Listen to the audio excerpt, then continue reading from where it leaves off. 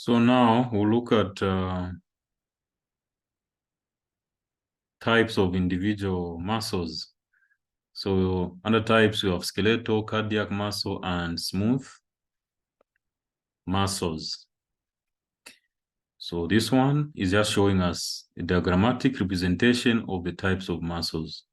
Skeletal, cardiac. The two are known as striated muscles because of some of these lines we are seeing here, dark and lighter lines. Then far end, we have smooth muscles. So we begin with skeletal muscle, otherwise known as striated muscle, or we can also call them somatic muscles because these are muscles that are attached to the skeleton.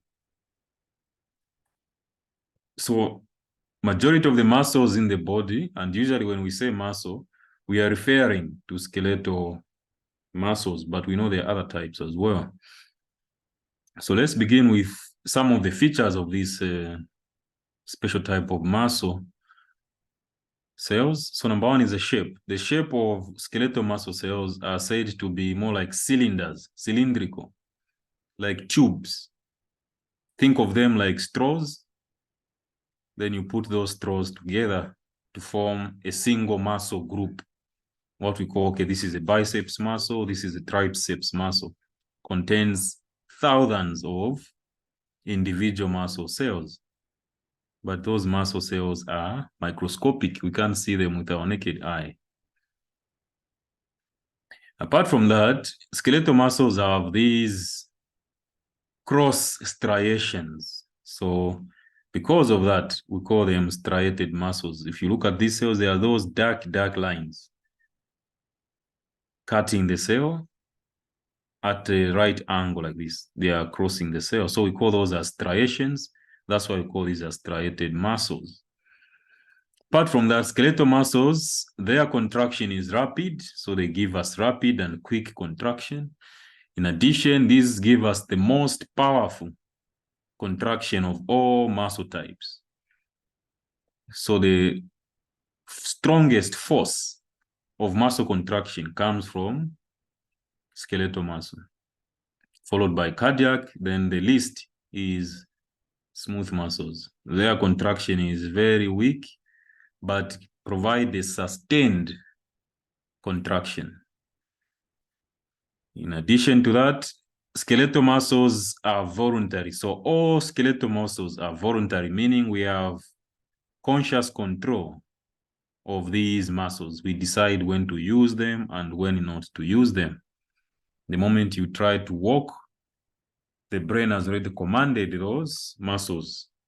The anti-gravity muscles will help us to stand and move from one point to the other. So those are the features of skeletal muscle. Cylinders, they have striations, rapid and powerful contraction. Then all of them are under voluntary control. In addition to that, these cells have multiple nuclei. See that. Now, let's begin with their origin. These cells are originating as myoblasts. These myoblasts, remember, are coming from the mesoderm. Now, it is one cell. And when discussing connective tissue, we said blasts represents immature cells. The inside represents mature cells. So these are myoblasts, but this becomes a myocyte. So multiple myoblasts merge or they fuse to form a single muscle cell, a single mature muscle cell, which we call a myocyte. Now, among myoblasts, some of these myoblasts do not completely transform into becoming a myocyte. They remain as satellite cells. So these satellite cells act as replacement cells. They're there to replace in an event that this cell is damaged. The satellite cell will replace this cell. This cell will multiply in number and start this process all over again. Give us several myoblasts, which will merge and form a single myocyte. So that's the essence of having satellite cells. And that's why no matter what, we can't completely lose muscles in the body. Muscles die on a daily basis and they are being replaced by new ones. Okay, and that's why even if you have been to the gym, you become so bulky with muscles, you stop going to the gym, muscles reduce in size. With time, as age catches up, even all those muscles that we used to see disappear. If you check, for example, the Arnold Schwarzeneggers and the rest, now that they are old, cells are dying. So no matter how much you do gym, definitely it will show that you have less muscle cells in the body because these cells are depleting also, satellite cells. Function of skeletal muscle. Number one, they are involved in all voluntary actions, including sphincters. So most of the sphincters in the body have two muscles in them. The internal sphincters usually have smooth muscles, but external sphincters have skeletal muscles because we need to control these actions. For example, bowel movement, bladder movement, you know, all those. We have conscious control. We decide when to void and when not to do so because we have skeletal muscles around sphincters. Locomotion, yes, movement of the entire human being is dependent on functional skeletal muscles. So posture as well as position and gait or poise, if you like, all those things are involved, are controlled by skeletal muscle. All of us have the certain way that we walk and we call that as gait. Or some can say swag, if you like. All that is skeletal muscle, which can be exaggerated anyway because you can control muscles. Then heat production. When skeletal muscles are contracting and relaxing repeatedly, in cases of cold environments, shivering produces heat. Then the shape of the body is largely dependent on muscles and their shape. So these shapes that we have as human beings is influenced by the muscles. If you remove muscles there, we just remain skeleton, which is just bone and skin. Then where is the attachment of these muscles? So the skeleton serves as the attachment of these muscles. So all skeletal muscles are attached into the skeleton. Both the axial skeleton, which is the middle part of the body, that is head, neck, chest, abdomen, and pelvis, we call it axial. Then upper limbs, which are hands, lower limbs, legs, also serve as point of attachment. How do we classify skeletal muscles? So again, we start with shape. So depending on shape, certain skeletal muscles. Now here we're looking at groups of muscles. So in the back there, between the spine and the scapula, the shoulder blade, we have small muscles there called rhomboid muscles. So when you go back to mathematics and shapes, we know what a rhombus is. It's more like a rectangle, but instead of having equal heights and width, a rhombus has a longer width. So that's how these muscles appear, like a rhombus. So just check in your Google there, the shape of a rhombus, or you can browse this rhomboid muscle. It will show you there are two types, rhomboid minor and rhomboid major. Next is attachment. We can classify skeletal muscle looking at where they are attached. Is it attached to the sternum? Is it attached to the mandible? Is it attached to the ribs? So certain muscle, for example, we have a muscle in the body known as sternocleidomastoid bone, sternocleidomastoid muscle. There's a hyoid bone just above the larynx there. And this muscle is attached to the sternum also. So it's attached to the sternum, actually originates from the sternum, then attaches to the hyoid bone. So it gets that name from those two structures, sternal and hyoid bone, hence sternocleidomastoid muscle. Function, for example, if a muscle is causing bending at the joint, we call them flexor muscles. If the muscle is causing straightening of the joint, we call them extensor muscles. So a muscle can be a flexor or an extensor. For example, in our forearm, we have this muscle known as flexor pollicis longus muscle. This muscle flexes the thumb.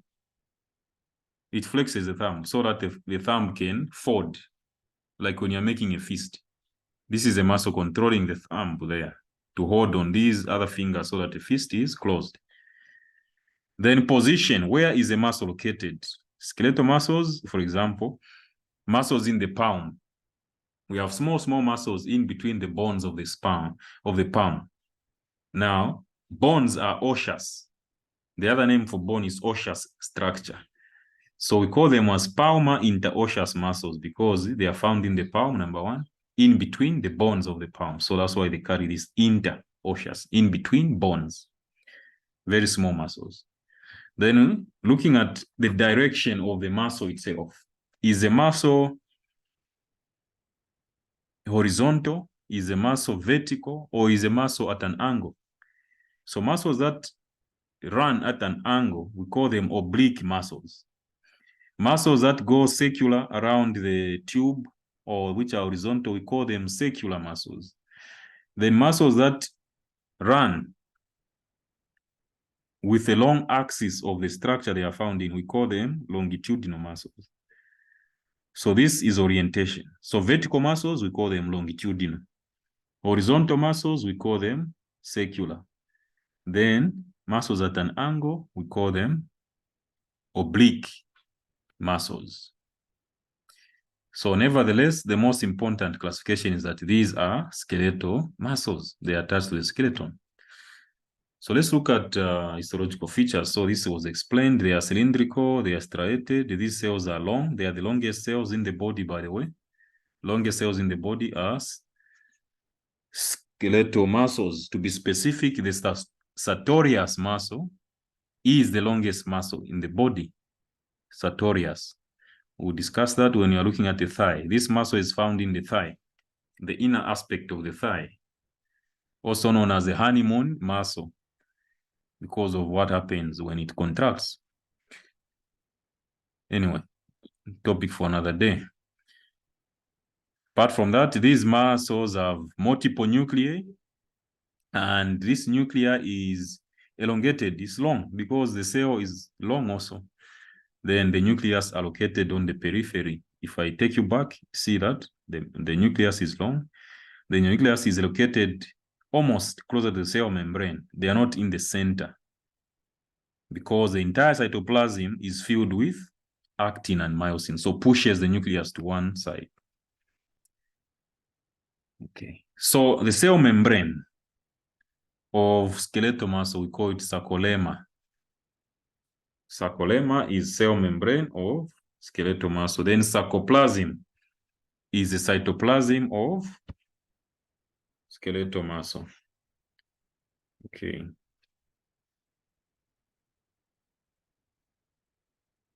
Now, similar to what we saw in nerves, saying the muscle is surrounded by connective tissues also. 3 coats of connective tissue. The outer coat is dense connective tissue. The inner coat is loose connective tissue. Even the innermost coat is loose connective tissue. So the innermost is known as endomysium. This whitish part we are seeing here is connective tissue. It's more like organizing muscles nicely so that when they contract, the muscles do not interfere with each other and produce a coordinated movement. So that is endomysium, surrounding each individual muscle cell. So this is one muscle cell, another cell, another cell, another cell. Now see that inside each cell, there are those roundish structures there. We call them as myofibrils. So these are myofibrils. That's the nucleus. That's a nucleus. Then that is satellite cell, which is outside the cytoplasm. This is cell membrane. Cytoplasm is not inside the cell. Satellite cell is not inside the cell, is outside the cell. But what is inside the cell is these filaments. So we call them as actin and myosin. Now, because they are in one, call this as a myofibril. So think of it as the entire cell is filled with smaller straws. Since we say the cell appears like a straw, it's also long. But inside there are small straws or needles, if you like. And those needles are myofibrils. What makes up myofibril is actin and myosin. That's why we're saying the entire cell is filled with actin and myosin. Then each fascicle, because the fascicle contains thousands of individual cells. Like here, we can't even count these cells. This is one cell, that's another cell, another cell. Then this whole group now of cells, we call it a fascicle. Fascicle. So this is a fascicle, that's a fascicle, fascicle, fascicle, fascicle. Each fascicle is surrounded by another layer of connective tissue known as perineurium. That's perineurium. Then that is epineurium. Function is simple, brings blood vessels, nerves, and lymphatic systems to the muscles. Okay, so that's the same structure here we are seeing. This is one fascicle like that. Here, one fascicle. Then these are individual cells, one cell, another cell, another cell, another cell. And these are their nucleus. Their nucleus. Then what is inside there, the brownish, are the myofibrils, made up of actin and myosin. So around each cell is endomysium, labeled En. Around the fascicle is perimysium, labeled P. Then around the whole muscle now is epimysium, labeled E. So I'll skip this. You can read in your own free time. Okay. Even this explained. Myofibrils, these are longitudinal, long cylindrical filaments that fills up the cytoplasm, which is the cytoplasm of muscle cell. What makes up this is actin and myosin. Then we're saying the smooth endoplasmic reticulum of skeletal muscle is known as sarcoplasmic reticulum. And this has a different function in muscle. It is specialized to store calcium. So this structure here is not producing fat like in any other cell or providing detoxification. No, it is here to ensure that calcium is stored because muscles cannot contract without calcium. So they sequester or store calcium. Okay, now let's look at the myofibrils. Okay, remember myofibrils are these inside the cell. This is one cell with multiple nucleus. You can see some more nucleus there. We're looking at these structures inside the cell. So we'll just pull one. If you remove one, if you study it, whatever we see on it is present on all of them. So we call those inside as myofibril. So myofibrils have actin and myosin. And because of that, they give us this type of arrangement. So when you're looking at the muscle, because myofibrils are arranged together like that, so you see that here, these are myofibrils. So since they have similar structure, they will give us this arrangement. So if you're looking at skeletal muscle under a microscope, you see something like that. Some dark zone, light zone, dark zone, light zone, dark zone, light zone. So light zone from here to there, dark zone. So the darker zone is called A band. So this is A band. The lighter zone is called I band. So this is I band. That is A band. So this arrangement is consistent throughout the myofibrils and gives the muscle this appearance. So why is it given I band? Why is it given A band? So I means an isotropic, meaning as light passes through the thin filaments, because what fills up the I band are thin filaments. So here we have thin filaments. So as light passes through, light is not bent or refracted. Therefore, light passes through in a straight manner because they are thin filaments. They are not as thick. But if light passes through the A band, it's called anisotropic because it bends light. Anisotropic, alters light. So as light is passing through here, light is refracted, and therefore it will appear dark. Think of it like a window with a curtain and another window without a curtain. The window without a curtain is a thin filament. Because they are thin, light just shines through and doesn't reflect back. But where you have a curtain, you can't see what is inside, so it will be darker. Therefore, A band. So A band represents thick filaments. I band represents thin filaments, shown here, except here they are a bit magnified. Now we are saying within the A band, there is a part in the middle that is a bit lighter. We call it the H zone. So that's the H zone here. You see that this part is lighter, and this part is darker, this is dark. The middle part is a bit lighter. We call it the H zone because that zone is here. That is the H zone. Pakat. From here to there. That is H zone.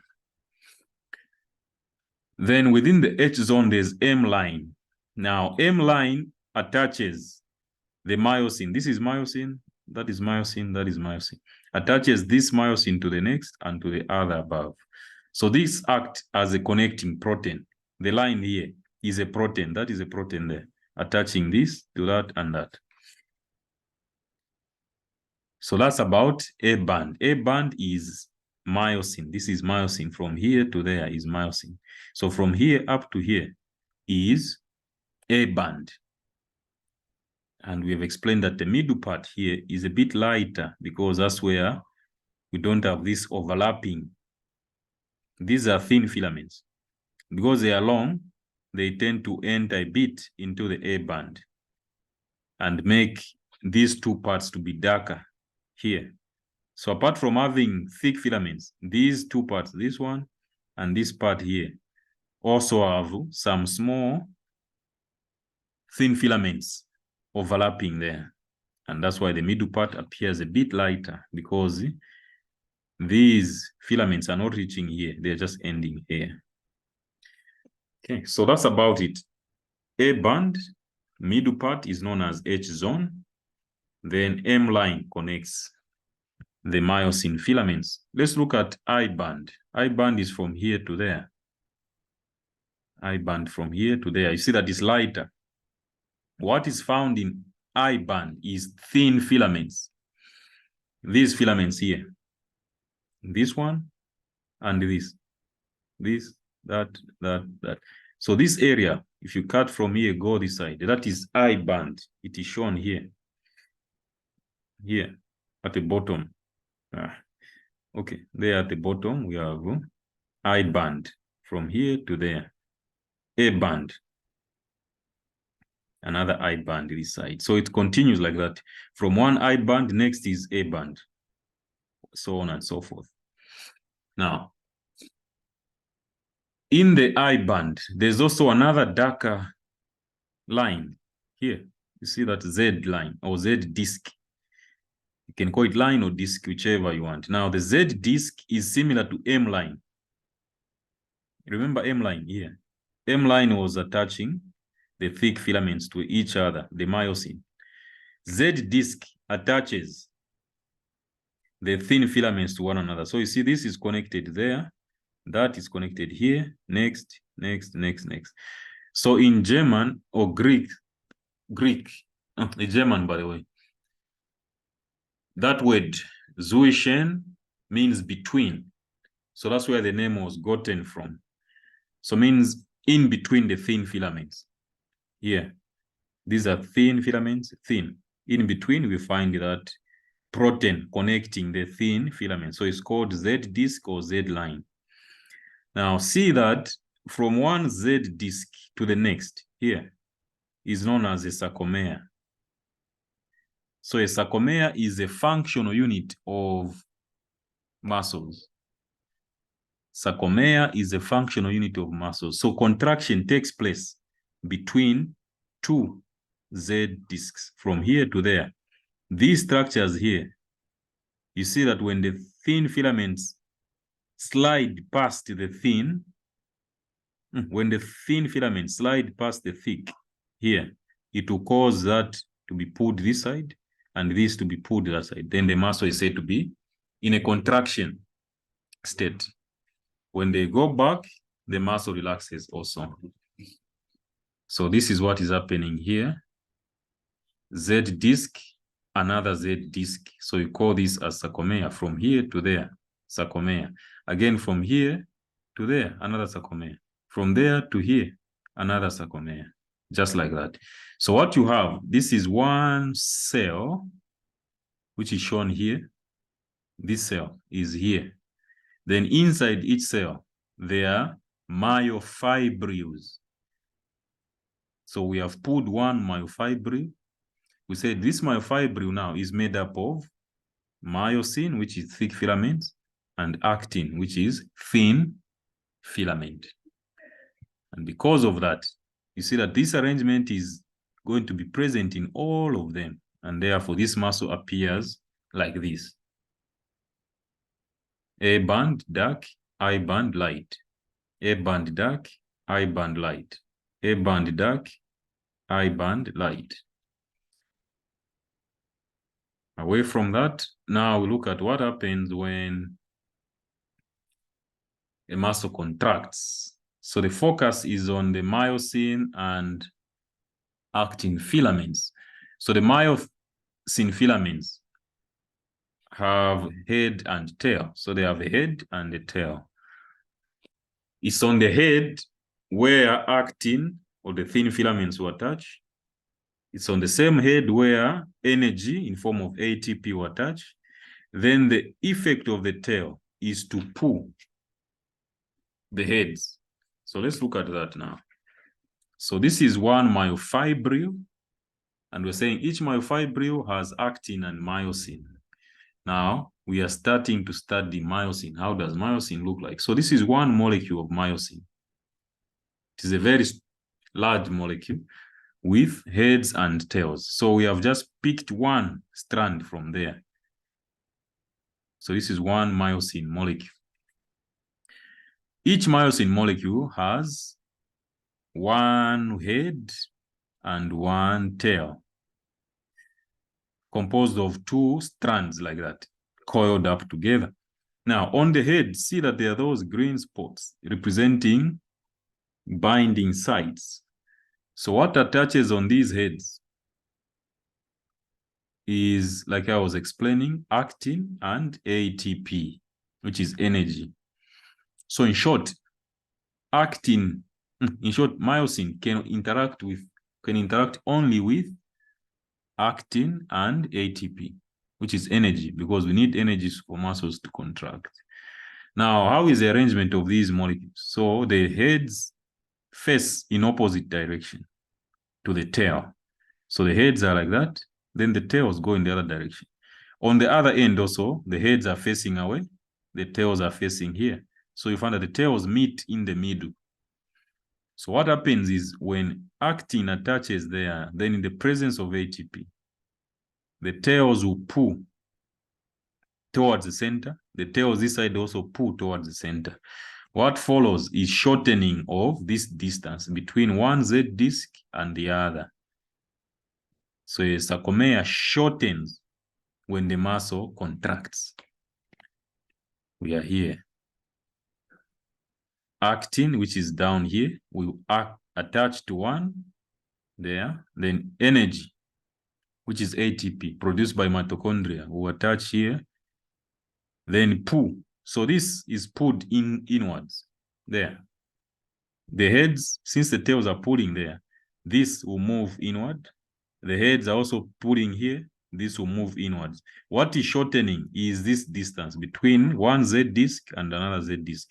This is known as sarcomere, or the contractile apparatus of muscles. Simply the functional unit of muscle. So that's what happens in muscle to contract. Let's look at the structure of actin. So actin is thin here. Myosin is thick. You can see that this is thick, this is thin. Now observe that there are these red structures. So these are actin. Now actin is of two types. We have globular actin, which is G-actin here, a single actin. This 1, 2, 3, 4, 5. These individual actin molecules, we call them globular actin. Then they form one strand. If you see from here, it's continuous all the way. The red stuff, by the way, ignore the green for now. The red stuff is continuous. So from here up to there, we can see that it's in form of a strand. So we call this as fibrillar actin, like a fiber, like a rope. But individually, they are circular in appearance. Then within the thin filaments, there are two more filaments attached to them. That is troponin and tropomyosin. Tropomyosin is represented in green here. Then troponin is represented by these blue globular molecules. So let's begin with tropomyosin. Tropomyosin, the essence of tropomyosin is to cover these dark spots on actin molecule. These are binding sites. These are the ones that will attach to the heads of myosin. So they are covered by tropomyosin. But tropomyosin is also attached to troponin. But troponin, there are also three. 1, 2, 3. 1, 2, 3. So it is troponin that acts with calcium. When calcium attaches here, this troponin molecule activates the next. This activates this one. When that last troponin molecule is activated, it causes tropomyosin to leave actin so that the binding sites are exposed, those dark spots. When those dark spots are exposed, they attach there. With the presence of energy in muscles, then what will follow next is the tails will pull inwards. I'll use this one. When the binding sites of actin are exposed, actin attaches to myosin. Then the tails pull myosin heads towards the center. What will happen is this distance will shorten. Z disc, Z disc. In short, the sarcomere will shorten. That's how muscles contract.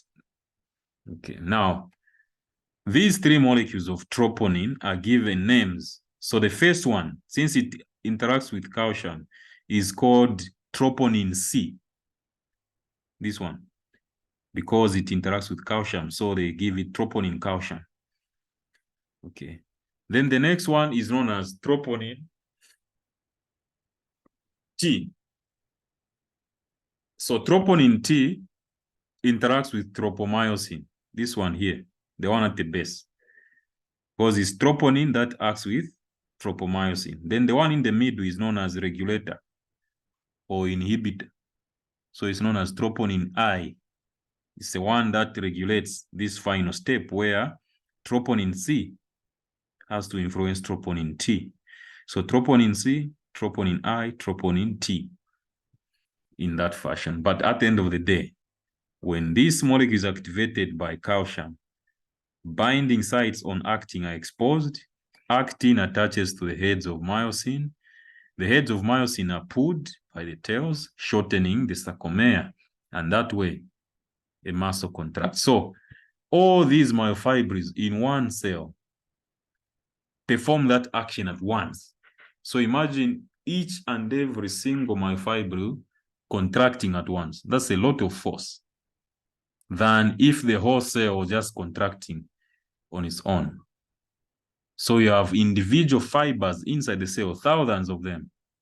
When those contract at once, the force definitely is greater. And that's why skeletal muscles can move the skeleton. Okay, so that process of activating myosin and actin like you are saying, is regulated by amount of calcium, which is stored in the smooth endoplasmic reticulum. So without calcium, this first process will not occur here, where calcium activates that. As long as these are not activated, the binding sites on actin remains hidden. As long as troponin is not activated by calcium, these are hidden. Therefore, they can't attach to the head there. Even if ATP is present, nothing will occur. ATP is there just to allow the tails to pull the heads. So how does calcium be released from the smooth endoplasmic reticulum? It's by nerve stimulation. So all muscles in the body are controlled by nerves, whether it is voluntary muscles or involuntary muscles. The only difference is that some are controlled by conscious part of the brain, the others are controlled by the subconscious. Skeletal muscles are controlled by the conscious part of the brain. Now, let's look at how that occurs. On the surface, the cell membrane of skeletal muscles, we call it sarcolemma. There are small folds. You can see those. These folds are found on specific sites, at the sites where only the nerve comes in close proximity to the cell. This side, they are not there. Okay, so we call these folds as T-tubules, or simply tunnels, if you like.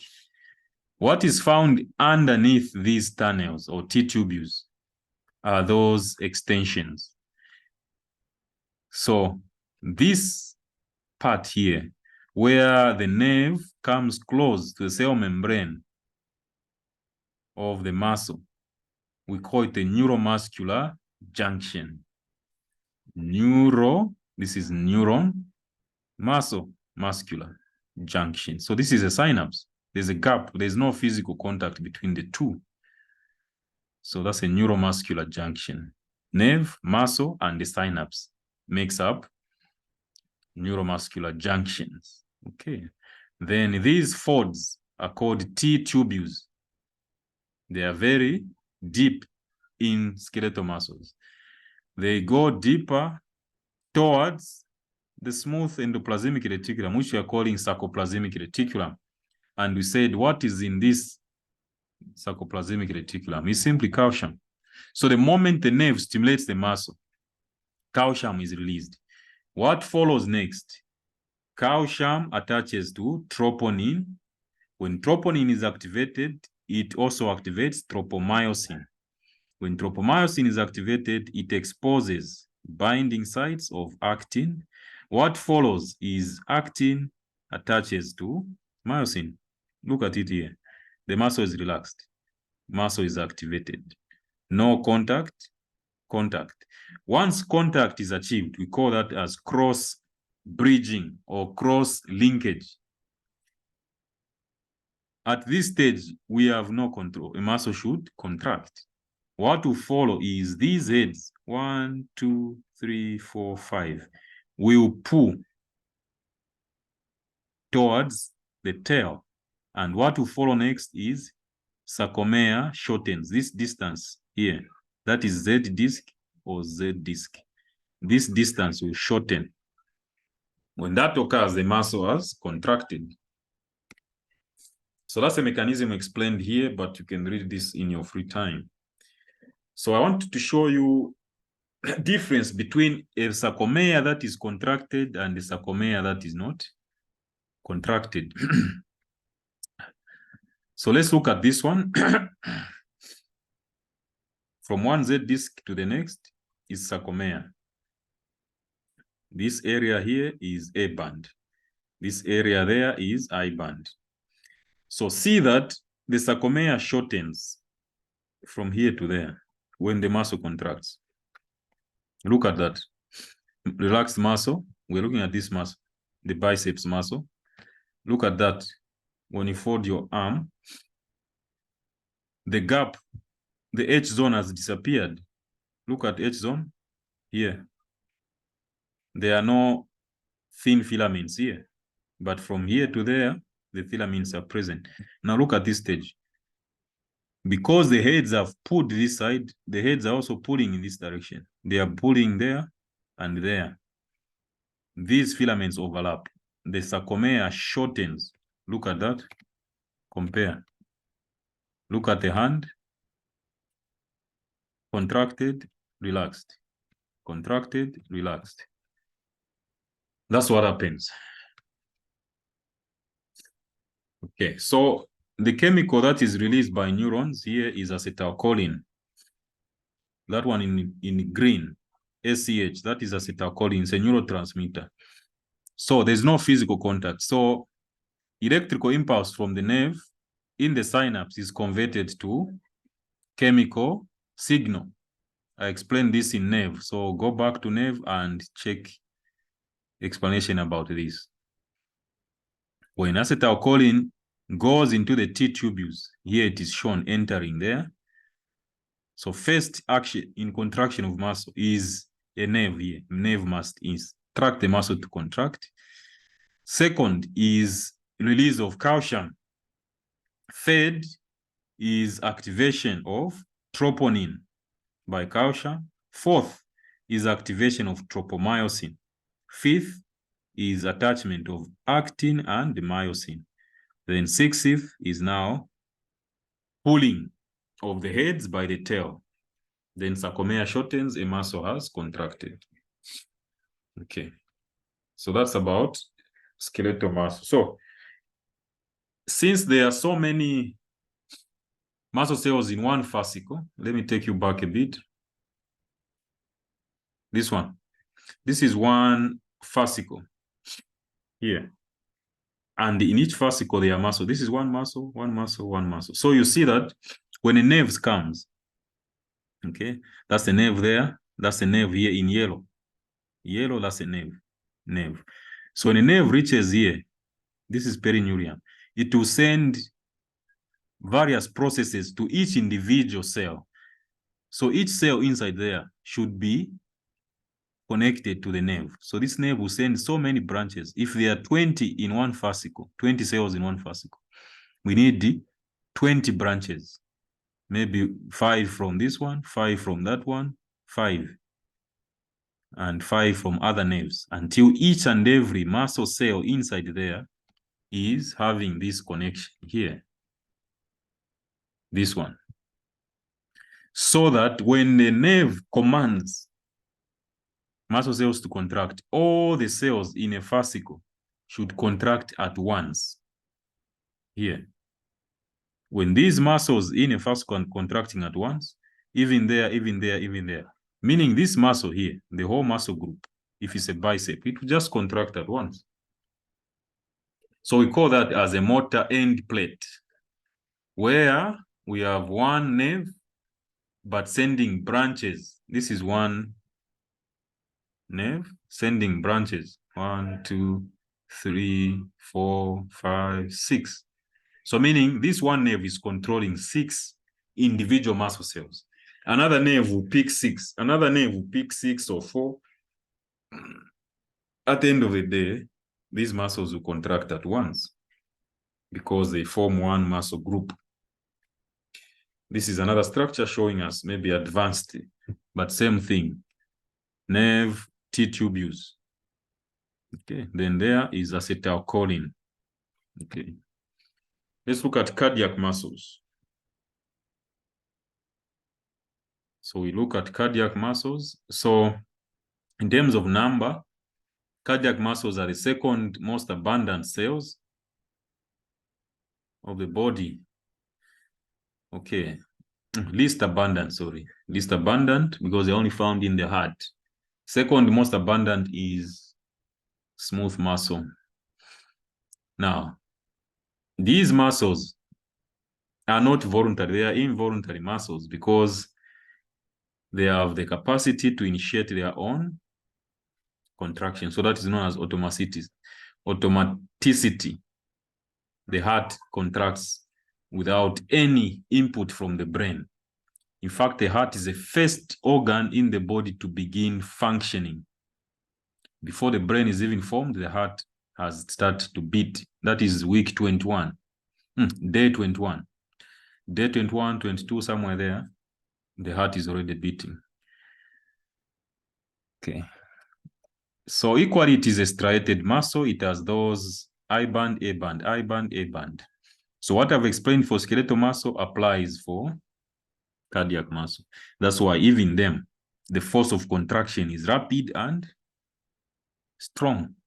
We can even feel the heartbeat in the chest when you're running. Problem is that these muscles, they are not cylindrical like, not even problem, I said difference. They're not cylindrical like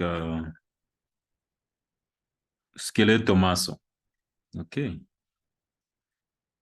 They are simply branched muscles. So we can see them in the next slide. These are the muscles we're talking about. So they are more like sheets. They are flattened muscles. Then they form sheets. Apart from that, these sheets branch off. So this is one muscle going like this, sending a branch there. Then you see that point.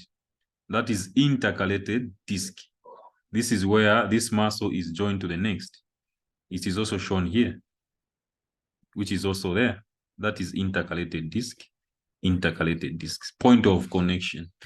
So in terms of origin, it's similar to skeletal muscle where myoblasts merge to form one muscle. Here, you see that cells merging to form one muscle, which is here.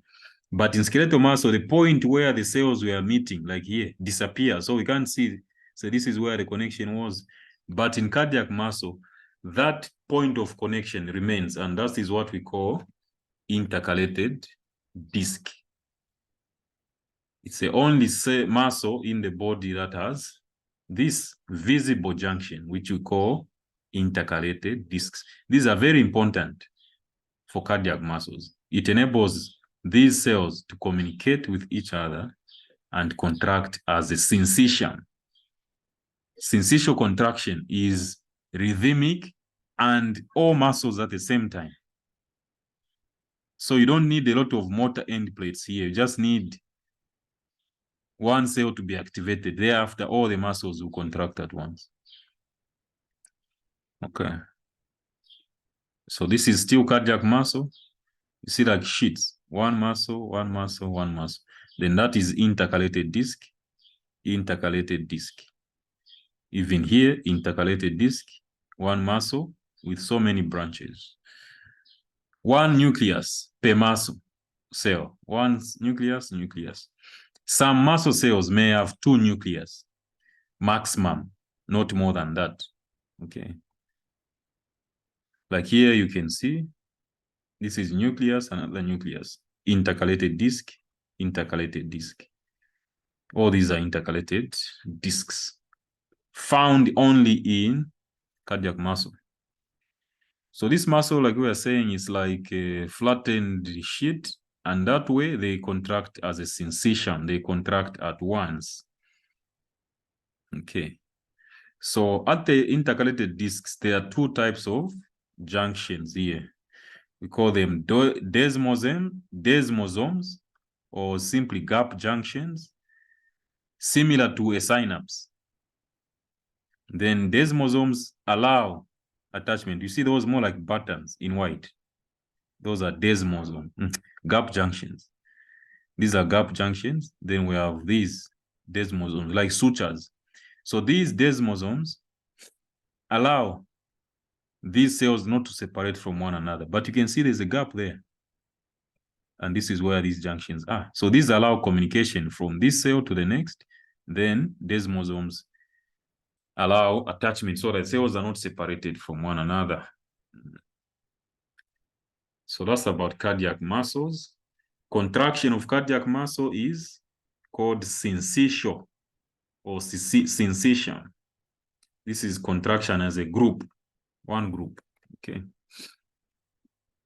But in skeletal muscle, sometimes, let me take you back.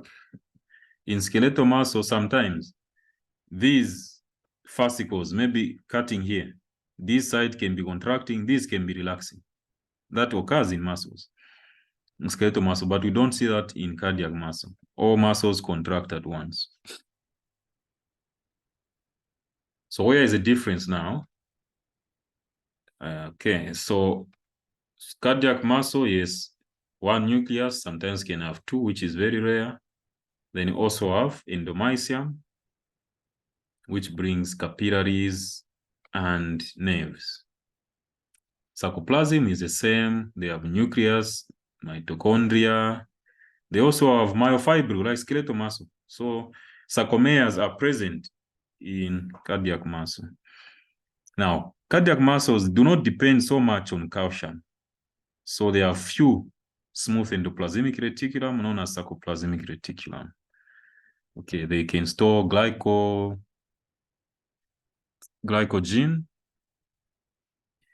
Then the T-tubules are more and large than in muscles. Remember, T-tubules, that's where the nerves come in contact with muscle, come almost in contact with muscle. Other than that, cardiac muscles secrete a hormone, which we didn't see in skeletal muscle. This hormone is known as atrionatriuretic factor. Atrionatriuretic factor. So this works on the kidneys so that the kidneys do not lose water and sodium. So this works together with vasopressin, what we call antidiuretic hormone. That's why there's always close relationship between the heart and the kidneys.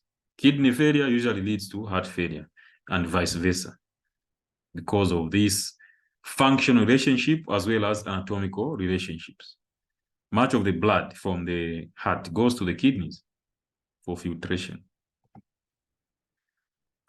So contraction, we're saying it's intrinsic and spontaneous. So the muscles initiate their own contraction. They don't depend on acetylcholine.